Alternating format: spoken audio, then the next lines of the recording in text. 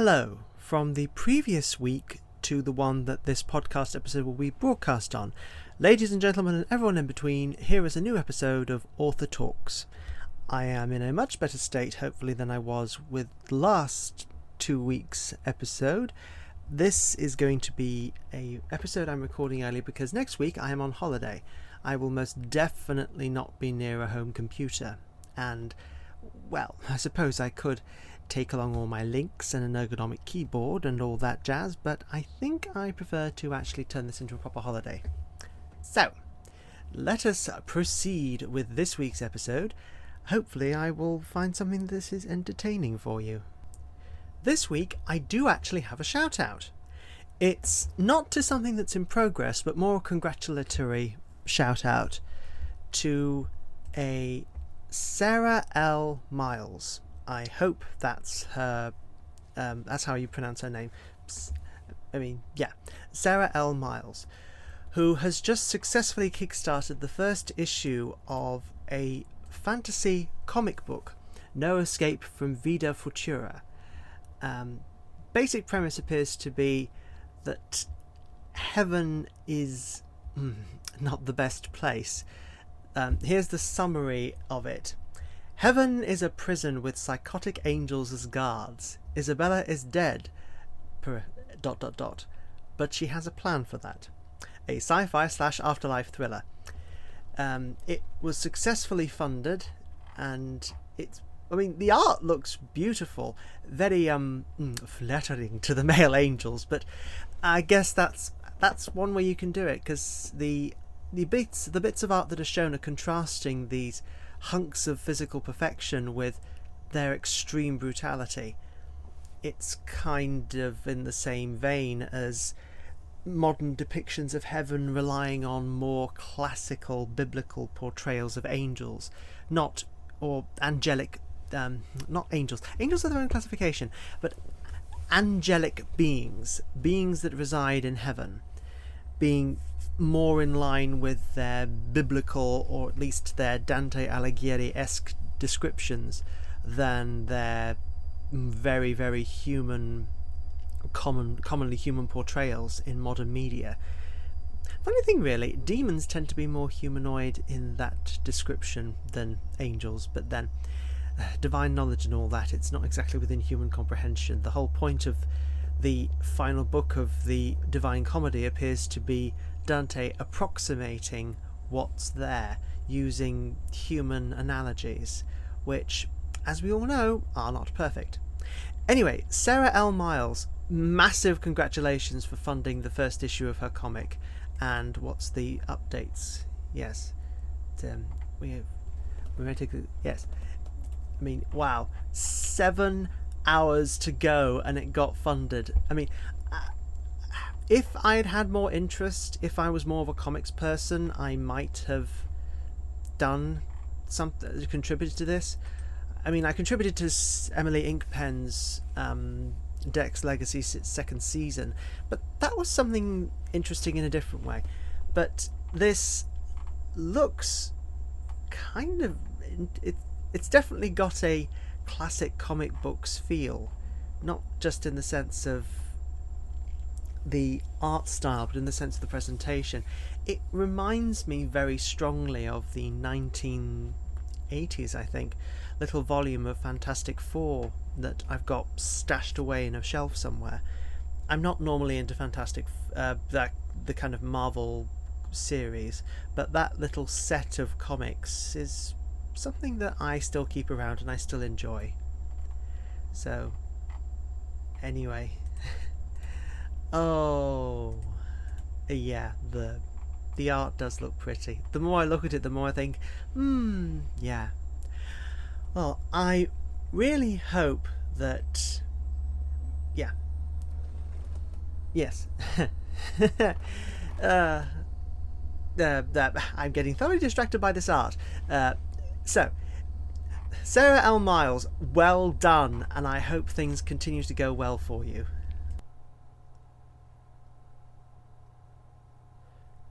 Going forward with this episode, I feel like I ought to talk about something that I discovered, and is much, much better than I thought it would be. That something is a television programme. I have a bit of a soft spot for older television because, yes, the production budgets could be a bit all over the place. Yes, the sets could look rickety, the clothes could be easily picked apart, sometimes the performances could get a little ropey, but there was an honesty about them that was really enjoyable. And two of my favourite serious, in quotes, ones were a couple of a couple of historical dramas. One of them is obviously Elizabeth R. I mean, it holds up today. It is flattering to Elizabeth, obviously. I mean, it's about Elizabeth, and it's made from a British perspective, but it's very much, it's lovely. It's held up beautifully by the performances, and I don't think it tends to fall into the trap of many portrayals of Elizabeth, i.e. focusing almost exclusively on her potential relationship with Robert Dudley.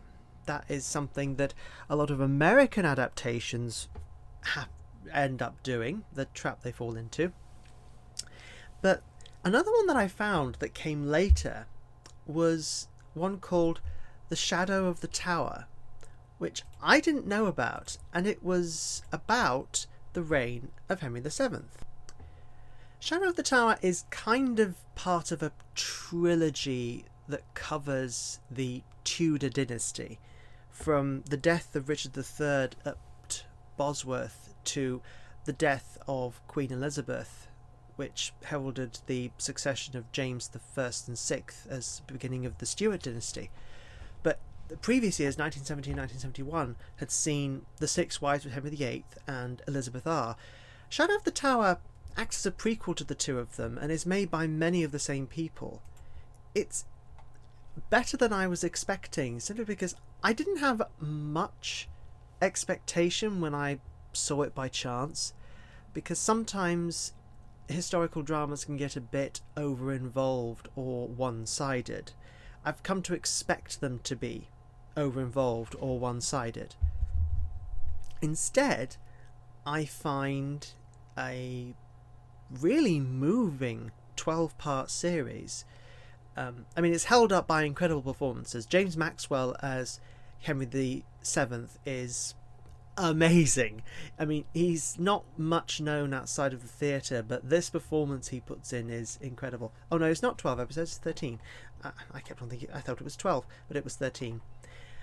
There's an interesting balance to the series. There's a huge amount of time compared to a lot of modern looks at history dedicated to what could be seen as the other or the wrong side of history. An instance of this is an episode called A Fly in the Ointment, or something approximating that. And it's basically about a plot that sounds like it shouldn't actually have happened. It's a group of Yorkist sympathisers trying to assassinate Henry VII through astrology / poisoning.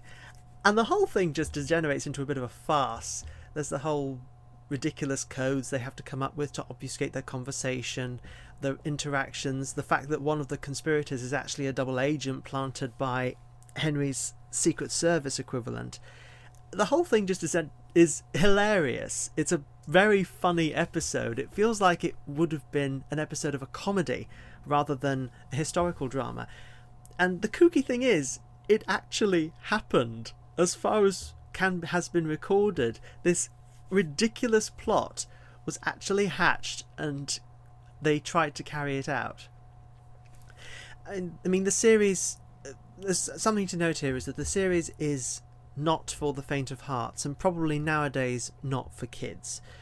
There are definitely a lot of very serious episodes. There's one whole episode that's basically a prolonged philosophical discussion between Henry, who is a devout Catholic king, and a heretic who's kind of a proto-Protestant. You know, at that time it was the beginning of what would become the Protestant movement in Europe. It would lead to the Protestant Reformation in Britain, or England rather, in about 100 years.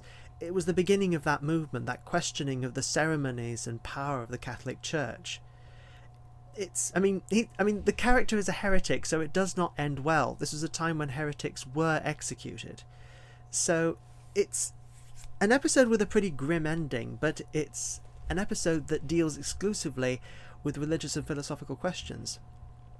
Then there's another one about the Cornish Revolt, which was a whole thing where Cornish peasants were led on what was initially a peaceful march due to basically the tin mining in the region being stopped and them not being able to pay their taxes as a consequence, even though the taxes were still being levied, except that the peaceful march degenerated into a riot with a battle outside London, and it led to the two leaders being executed. They spend a lot of time with the two leaders. They show their side of things, and they actually show their execution, which, without the fancy camera angles and weird effects obfuscation of today's television, is pretty raw. There is a definite feeling of, oh, well, that actually happened. I mean, it obviously isn't actually happening. It's a television drama, but it's that kind of thing. There's also several episodes dedicated to the various pretenders, and some of them are quite heart-wrenching. There's definitely a feeling of, yes, this was a turbulent time, and it was often the case that everybody believed that they were in the right with what they were doing.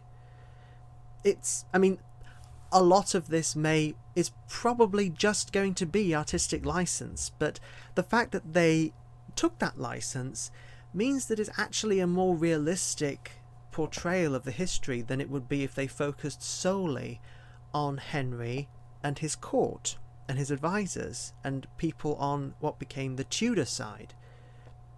Because when you focus on one side of a story, it's something I have held for a prolonged period of time, this kind of attitude, is if you only focus on one side of a story, if you don't properly portray both sides, you're not creating a compelling narrative or proper historical account.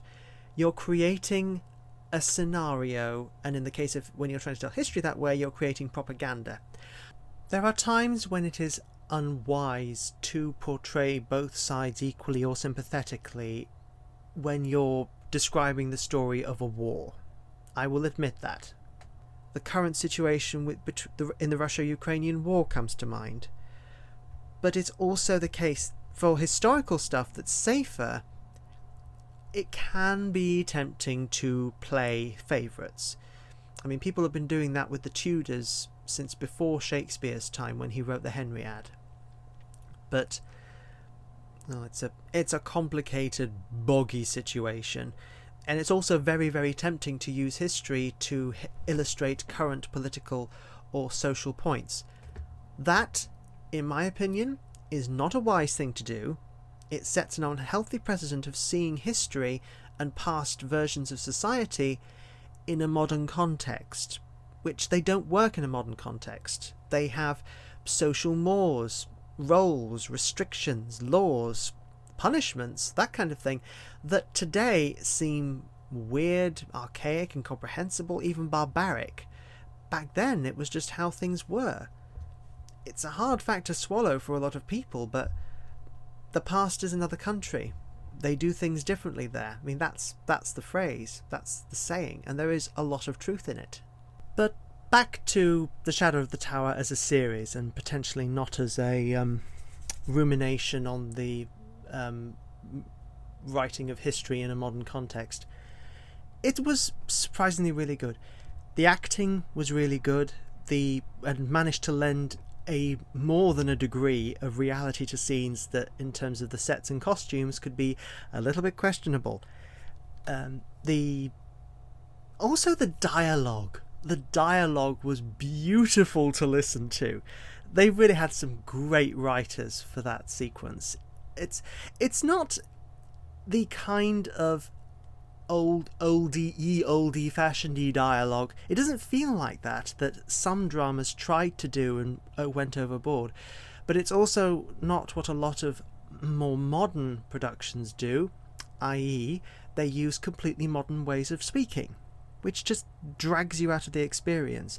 If you're going to talk as someone in, say, Regency period, talk like someone in the Regency period. Read the texts that they have. Read accounts of transcribed conversations. See what people were actually talking like, what phrases they used, how they handled punctuation and abbreviation and contractions. Don't assume that everybody talks the same way over hundreds of years. Like fashion and other things, stuff changes over a period of time that vast. And even as I said, even if there was a lot of artistic license in the sort of in Shadow of the Tower, I think they did a really good job at creating a convincing illusion of those events set around established historical things that happened around that reign. So yeah, if you want an if you liked Elizabeth R, and I wonder if I should have been watching Elizabeth R when I was under 10 years old. I enjoyed it. It's something that I enjoyed, and I still enjoy from time to time. Glenda Jackson's incredible.